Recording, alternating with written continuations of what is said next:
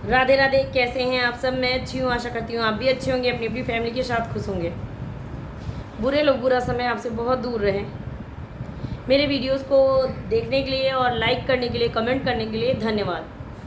मैं डेली दोपहर में 1 से 2 के बीच में अभी लाइव आती हूँ।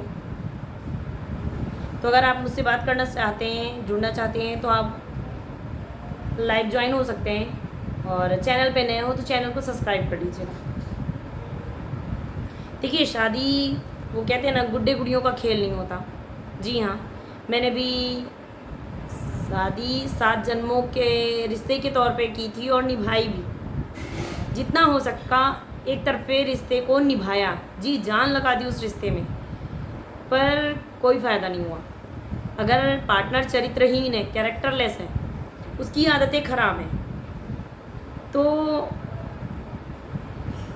कभी भी आपकी शादी बच ही नहीं सकती। एक हाथ से ताली नहीं बजती कभी भी, सिर्फ तमाचा लगता है गाल पे। आप समझ सकते होंगे मेरी बात को कि मैं क्या कहना चाहती हूँ। मेरी शादी जब हुई तो शादी के 3 महीने बाद ही मुझे समा के बारे में पता चल गया था। मैंने फ़ोटोज़ देख ली थी रविशंकर के पास। रविशंकर ने माफ़ी मांगी।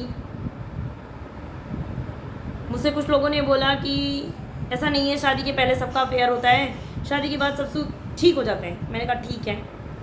मैंने रविशंकर को माफ़ कर दिया, चलो कोई बात नहीं। झगड़े होते थे, लड़ाइयाँ होती थी, रविशंकर मुझे मारते पीटते भी थे।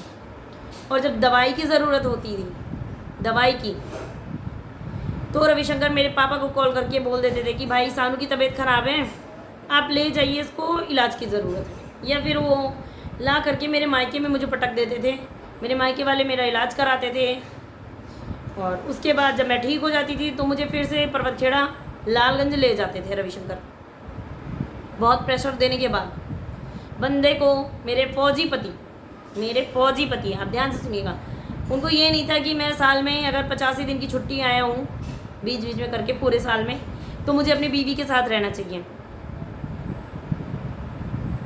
मुझे ये लगता था कि रविशंकर माँ के और बहन के कहने पे ये चीज़ कर रहे हैं, पर एक आदमी के अंदर, एक औरत के अंदर कुछ फीलिंग्स नॉर्मल होती हैं, सब में होती हैं वो चीज़ें।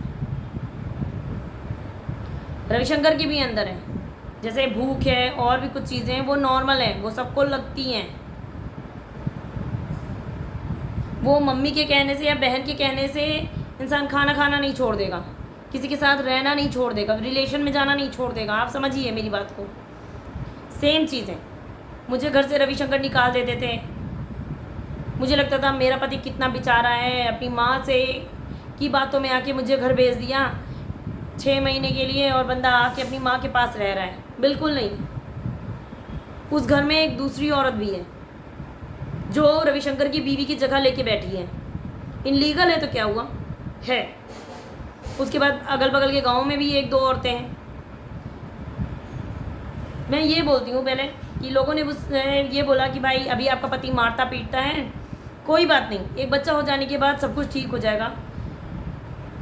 शुरुआत में, शादी के शुरुआत में ही किसी भी लड़की को राजगद्दी नहीं मिलती।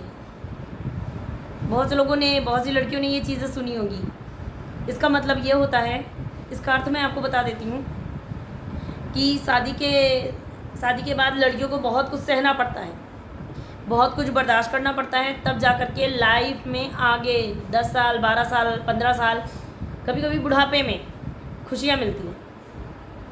इसीलिए बोलते हैं कि शुरुआत में ही किसी को राजगद्दी नहीं मिलती है, बहुत संघर्ष करना पड़ता है। मैंने कहा ठीक है, मेरी चाहत थी कि मैं एक फ़ौजी से शादी करूं, ये हो भी गया भगवान की कृपा से। तो मैं अपने रिश्ते को बचाने में जी जान मैंने लगा दिया। आप समझ सकते होंगे, जब आप सोचें कि नहीं ये चीज़ मुझे मिल जाए।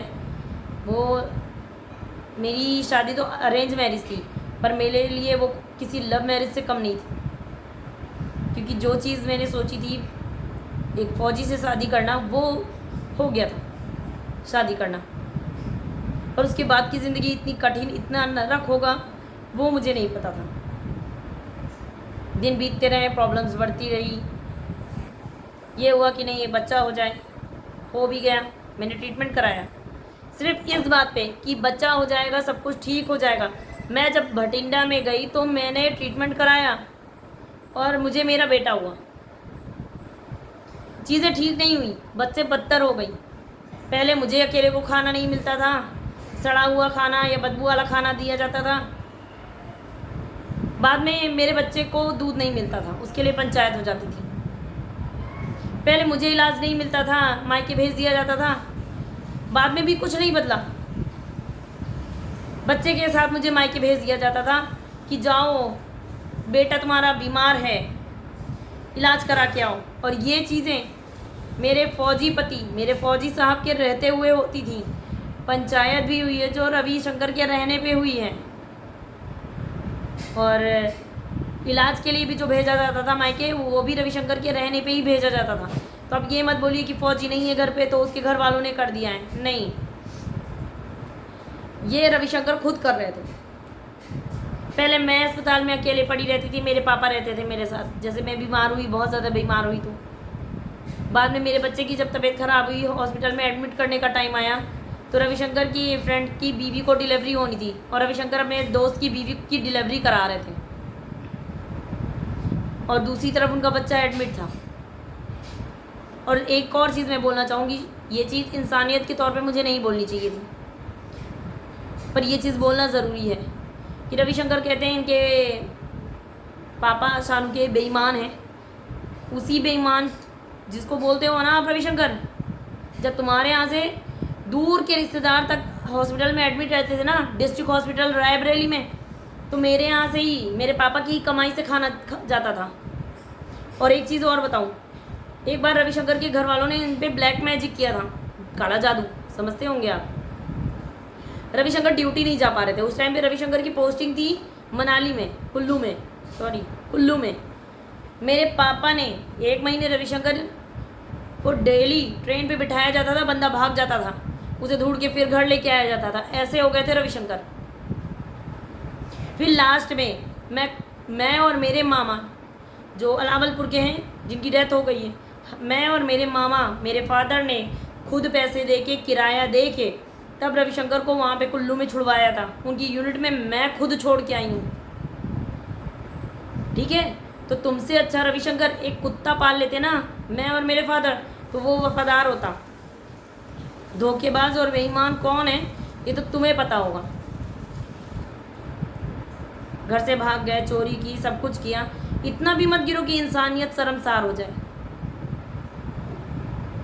खुद के गिरेबान में झांक के देखो, तुम्हारी गंदगी ना तुम्हारी वर्दी के पीछे छिप नहीं सकती।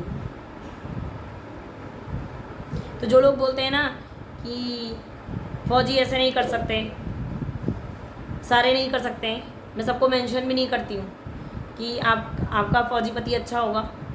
और बहुत से इसलिए भी बोलते हैं कि उनकी बीवियों ने उनके साथ गलत किया है, तो वो मुझे गलत बोलते हैं। तो देखिए, मेरे साथ गलत हुआ है, इसलिए मैं अपने पति को, सिर्फ अपने फौजी पति को बोलती हूँ, सिर्फ एक बंदे को बोलती हूँ, मैं समाज के सारे को नहीं मेंशन करती। तो प्लीज़ आप इसका खुन्नस मेरे साथ मत निकालिए। आपके साथ गलत हुआ होगा वो चीज़ मैं मानती हूँ, पर मेरे साथ बहुत ज़्यादा गलत हुआ है। तो मैं जो चीज़ें बता रही हूँ उसका मेरे पास सबूत है।